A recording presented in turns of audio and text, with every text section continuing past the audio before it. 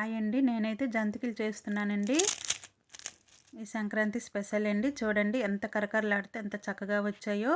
ఇవైతే మినపప్పుతో చేశానండి. బియ్యపు పిండి, మినపప్పు. ఇవి ఎలా తయారు చేసుకుందామో ఇప్పుడు చూద్దాం రండి. హాయ్ అండి. నమస్తే. Welcome to my channel Andhra Odisha రుచులు.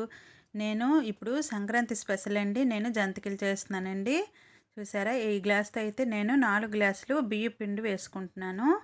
ఈ గ్లాస్తో 1 గ్లాసు మినపప్పుని కొద్దిగా వేయించుకోవాలండి. మినపప్పుని కొద్దిగా వేయించుకొని మనం గ్రైండ్ చేసుకొని ఈ బియ్యపు పిండిలో కలుపుకోవాలి. ఒకవేళ మీరు బియ్యం మినపప్పు మిల్లుకిచ్చి ఆడించుకున్నా కూడా అవుతుంది.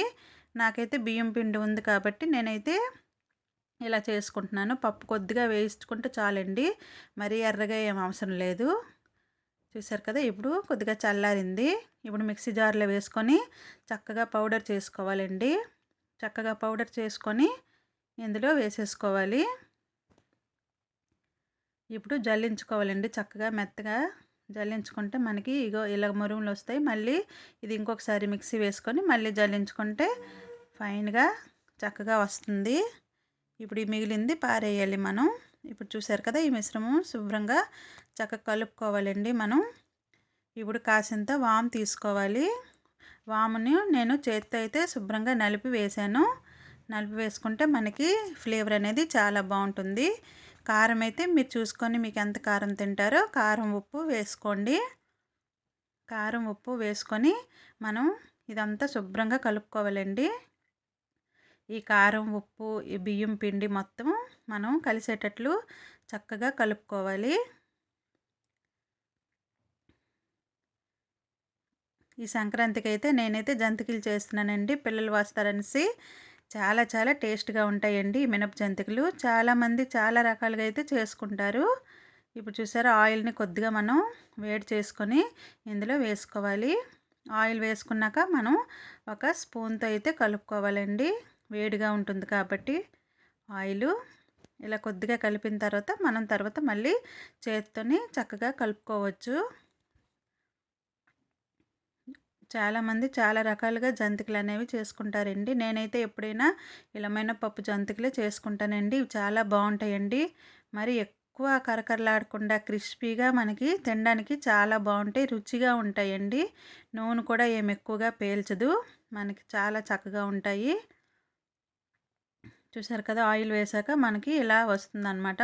చక్కగా కలుపుకోవాలి పిండి అనేది చక్కగా కలుపుకుంటే మనకి ఆయిల్ అనేది పీల్చకుండా ఉంటుంది. చూసారా, ఇప్పుడు వాటర్ వేసుకొని మనం పిండిని కలుపుకోవాలి.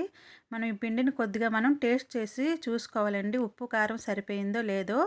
ఒకవేళ మీకు ఏదైనా తక్కువగా అనిపించిందంటే మీరు ఈ పిండిలోనే వేసుకొని చక్కగా కలుపుకోవచ్చు. మళ్ళీ తర్వాత కలుపుకుంటే మనకి సరిగ్గా కలవదు. అందుకే మనం పిండిని టేస్ట్ చూసుకొని కలుపుకోవాలి.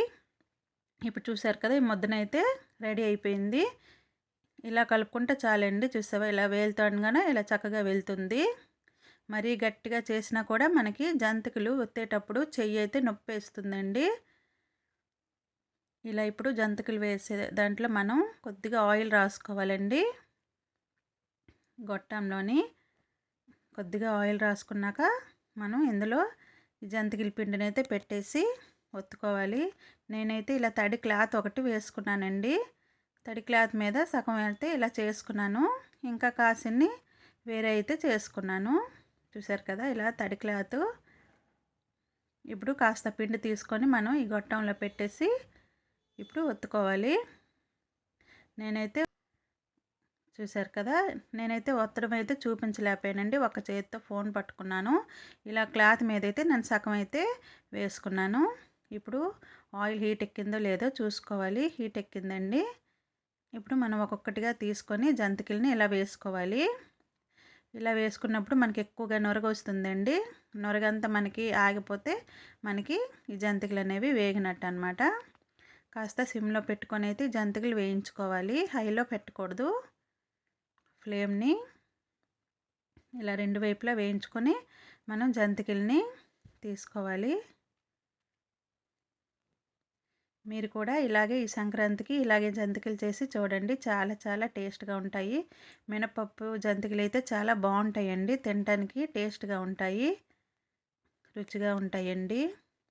చూసారా ఇలా జాలీల్లో కూడా నేను వేసేసి జంతికలను అయితే ఇలా కూడా చేశాను. ఈ నూరగ మనకి అయ్యే వరకు మనం చూడాలండి. నూరగ అయిపోయాక జంతికలు అనేవి రెడీ అయిపోయినట్లేని. ఇలా మొత్తం అయితే నేనైతే మొత్తం జంతికల్ని ఇలాగ చేసుకున్నానండి. చాలా అంటే చాలా టైం పట్టిందండి. దగ్గర దగ్గర కేజీ పైనే ఉంది కాబట్టి ఒక్కదాన్ని అలాగా చేశాను. చాలా టైం తీసుకుంది నాకైతే. చూసారు కదా ఇలా వేయించుకోవాలి చక్కగా. మనకి నొరగనేది తగ్గిపోతే జంతికలు అనేవి చక్కగా వేగినట్టు. చాలామంది చాలా రకాలుగా చేసుకుంటారండి. నేనైతే ఎప్పుడు ఇలాగే చేసుకుంటాను. చాలా అంటే చాలా టేస్ట్‌గా ఉంటాయండి. ఇప్పుడైతే జంతికలన్నీ వేగిపోయాయండి. చూసారు కదా! చల్లారాక డబ్బాలో పెట్టుకుంటే రెడీ అండి జంతికలు. Thank you for watching.